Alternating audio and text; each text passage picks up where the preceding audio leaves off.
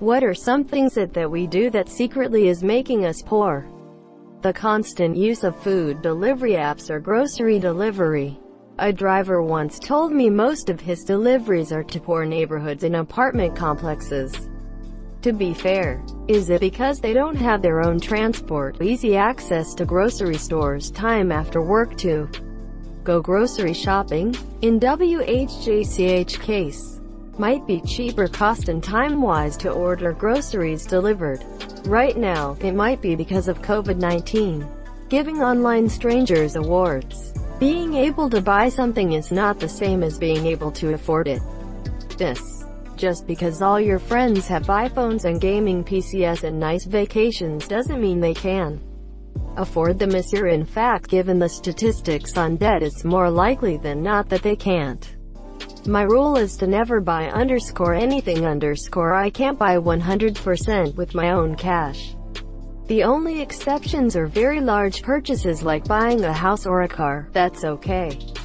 But if you want a new games console and you need to borrow the money from somewhere, please consider the possibility that you cannot afford it not budgeting. So you aren't saving some money every month and running up debt so you have to pay interest on the debt. Buying things we don't need and will likely never use. My dad is the embodiment of this comment. At least I get to inherit brand new power tools. My father-in-law was a hoarder, claiming he always needed backups. If a VHS player was on sale, he'd buy 2 of them, and so on. The extra item would go up into the attic, where, over the years, he would forget it was there.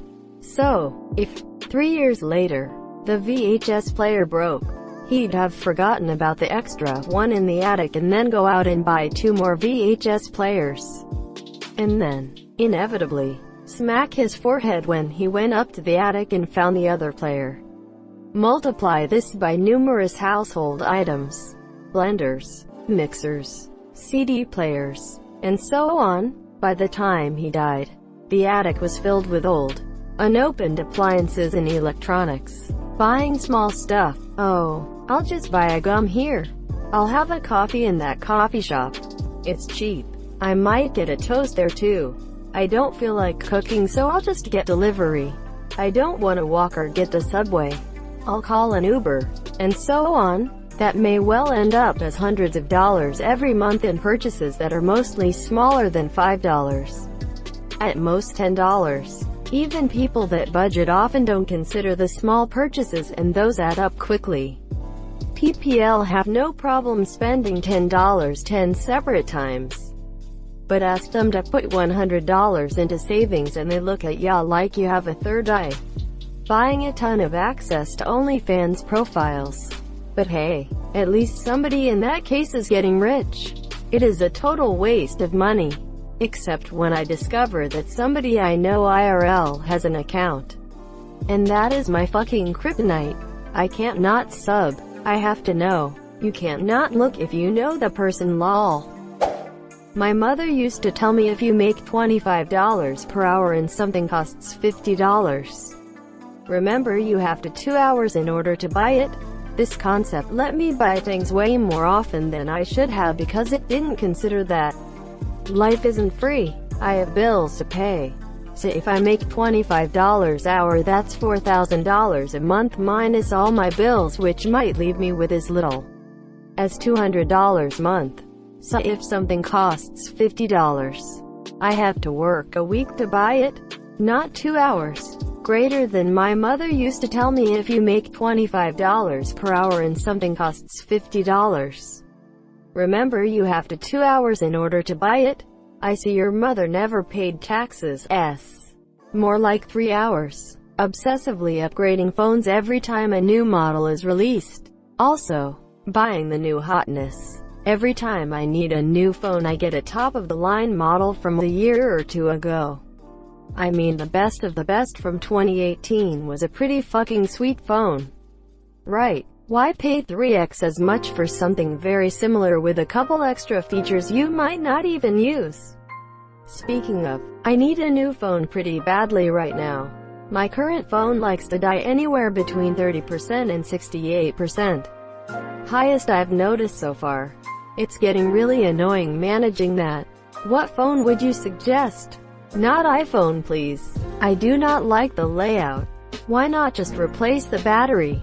Oh, sorry. I'm not sure if that will work, because I think it may be some sort of software issue.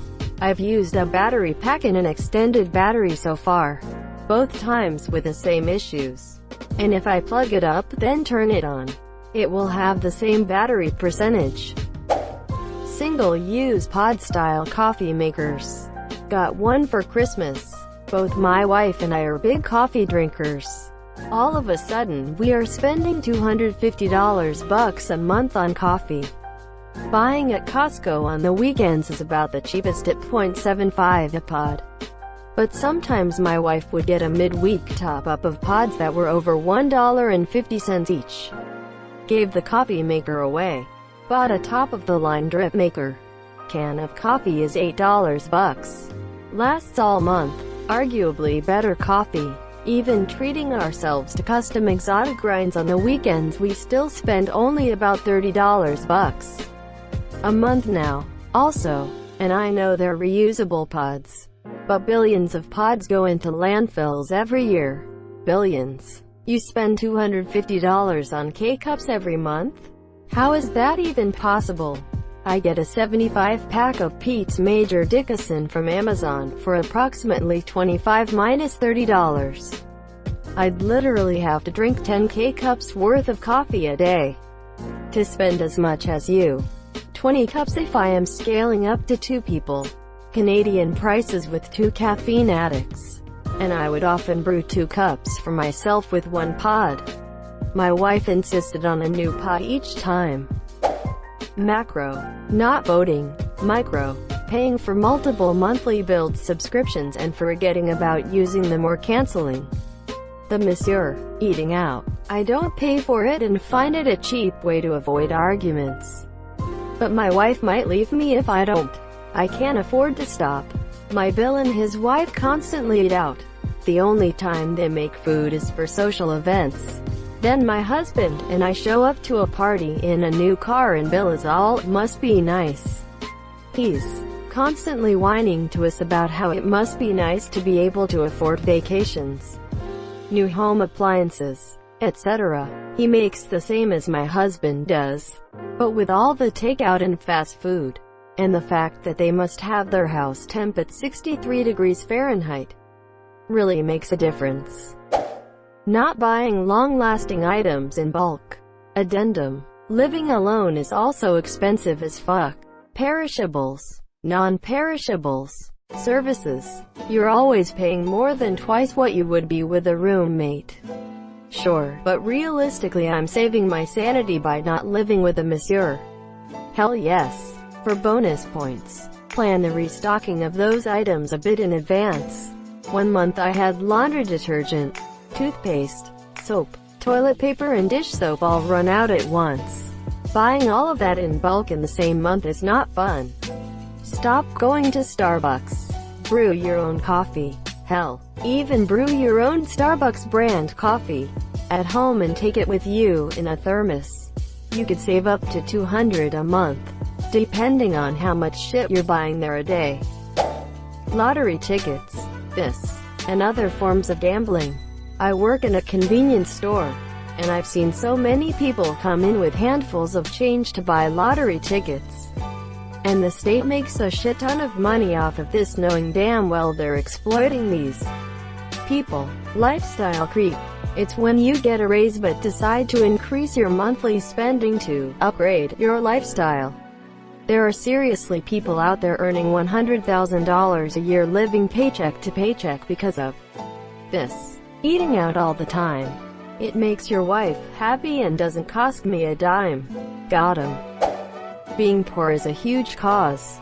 And poverty isn't just a low income. It is also a mindset. When people grow up poor, they just spend any money sitting in their pocket because they aren't used to setting money aside. There is always a thing that needs spending. Whether it's new shoes or a broken radiator, or even something dumb and indulgent. Every dollar that comes in flies right out. strangely enough it is also the same thing that keeps them poor. So expensive to be poor in America. This is so true. My ex-wife said we were poor when we got married and I made $40,000 and again when I made $70,000. And again when I made 70 and she went back to work making 60. I always said, you're always talking about spending our extra money. How can we be poor? Quote, she finally left my broke ass after I broke 6 figures and now all of a sudden I have all kinds of money to save up but still looking for that extra money she always had to buy clothes and shit with. Your first mistake was getting married and not realizing women considered new clothes as essential. They don't care about what you think of them. They care about what other women think of them, monsieur. Poverty changes your brain so that even when you're not living in it, it's hard to get to the point where you are in constant money crisis mode. 1. Buying shit to sit on shelves and never be used. 2. Coffee outside the home. 3. Throwing away rotting food instead of making sure to use it all up. 4. Having electronics plugged in that aren't in use. 4. Is not as true as it used to be as long as the device is off. Modern power converters use very little standby power. Old ones were not so good. Greater than coffee outside the home. Learn to love water. It's the best thing for both wealth and health. Waiting until they have saved up a 20% down payment before buying a house, especially in a rapidly rising housing market. Don't get me wrong, there are plenty of other valid reasons to wait on buying a house. But I'm always amazed to see people hold off on getting one for a couple years because they are worried about PMI.